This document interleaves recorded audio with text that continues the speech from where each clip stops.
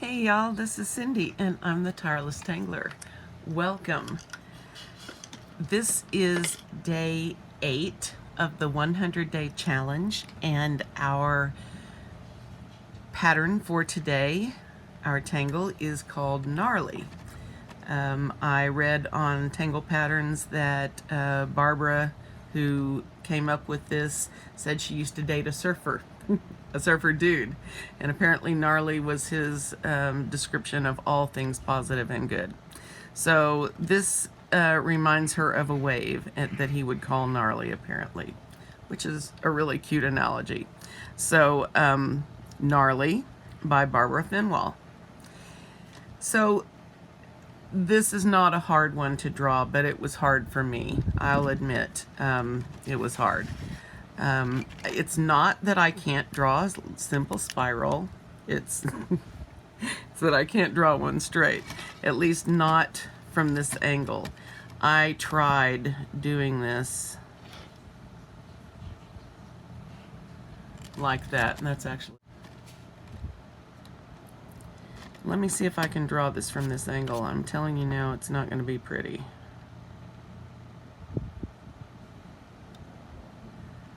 Okay, that's not bad actually.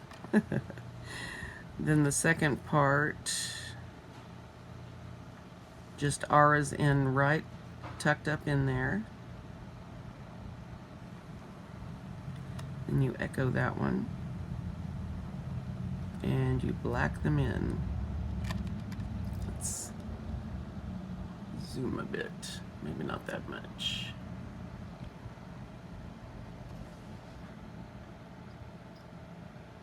Okay, we'll try it.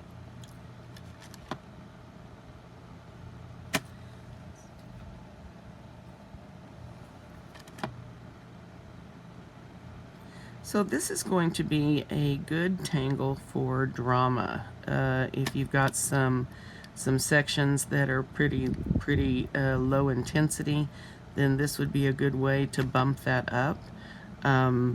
Another thing that you could use this for would be something related to Bronx Cheer, which is Zentangle's smile and wink at no mistakes. So Bronx Cheer is for covering up opportunities. And this one could certainly be used like that too, especially if your opportunities were linear in nature. So I left a sparkle on that one. I don't know how that'll work. But then the last part of this is to fill in with these little water drop shapes in whatever direction you feel they're necessary. And I like them usually coming out of here, so it looks like they're splashing. It's kind of cool. But you can also have them coming out here. You could have them splashing off the back. Fun, right?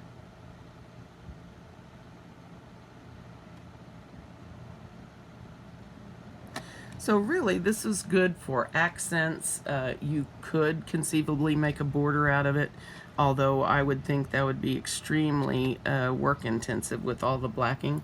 But still, it's a very cool looking tangle, and let's see if we can get it in our pattern. I am going to pick a small space for this, and since it's drama intense, I think I'm going to put it over here by glass. See, I told you I would never remember that. And I'm going to inner auras to create a little bit of separation.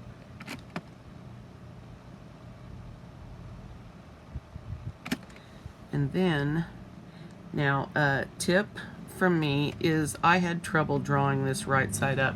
And so what I ended up doing that made me quite a bit more comfortable was changing it around and drawing it pulling towards me. Although I guess the other way you're pulling towards, but not the whole stroke. So I like this method better. So let me see if I can fit 2 on here. Let's see.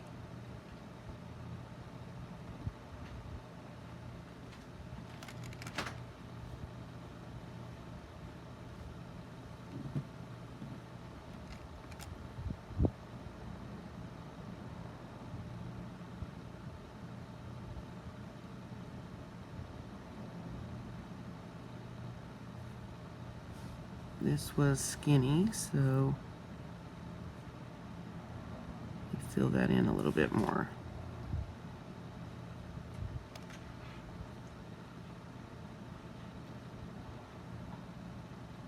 Can you guys hear Simba panting? He's really excitable today. Don't look at me like that, Simba.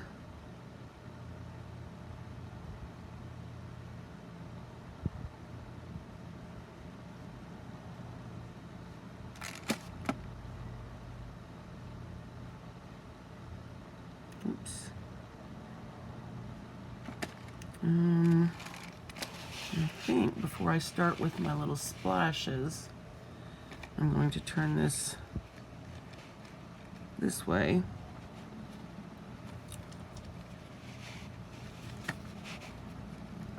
And put another one here.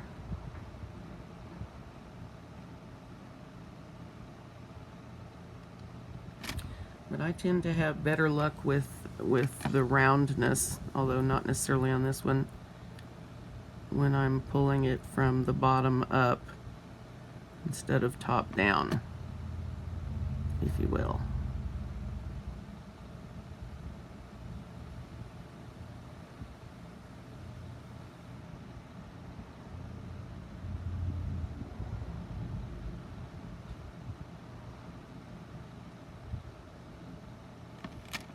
There, we're almost done. We just gotta finish this up. Put some little splashes in here.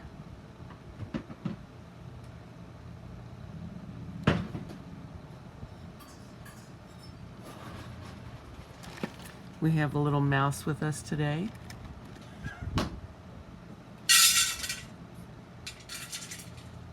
That's my aide feeding the pup. Yes, you're not quiet enough though. I'm just teasing. She's all right. Say hi, Kiala. Hi, guys. See, she's as sweet as she sounds. All right. Okay, so I've got a yin and yang thing going on here, only a little separation. That's not bad. So let's put in our little splashes. I think I'm going to put one in right. Let's try this. Right here. See if I can get that looking right. The nice thing about patterns that are blacked in is you sure can fix those if you get them wrong. And this is an important thing for me.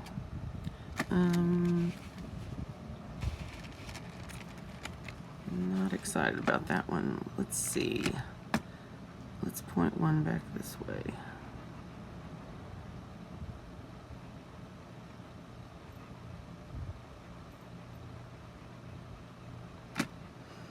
I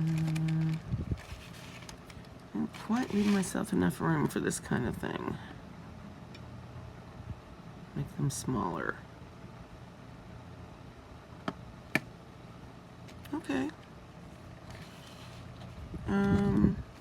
Let's see. I think I'm going to point these the other direction on this side. Well, you can't see that at all. Point this the other way.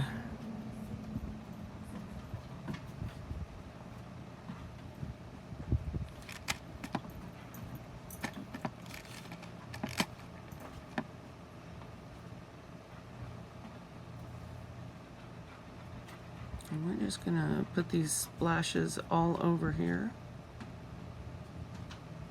wherever we think they'll look good.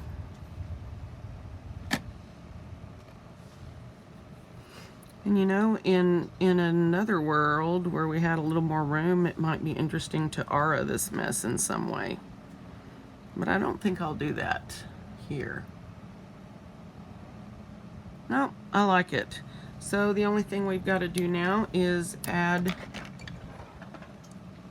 a little bit of graphite with our very exciting 3rd grade pencil.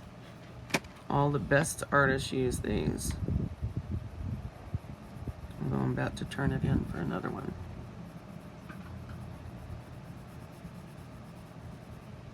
You might think it doesn't make a difference, but it actually does. I think they're putting less and less graphite in these. And more, I don't know. So, and important safety note, you don't want to layer too much graphite over black, or you'll get this shine going on.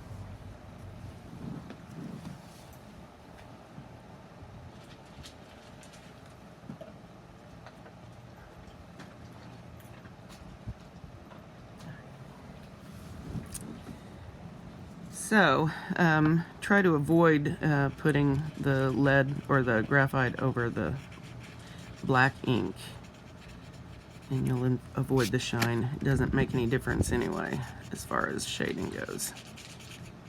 Alright, so let's blend this out a little bit.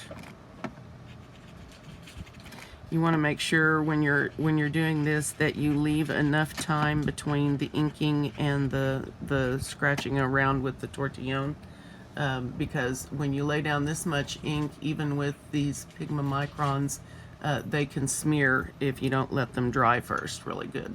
Well, so this is what we have. This is Gnarly.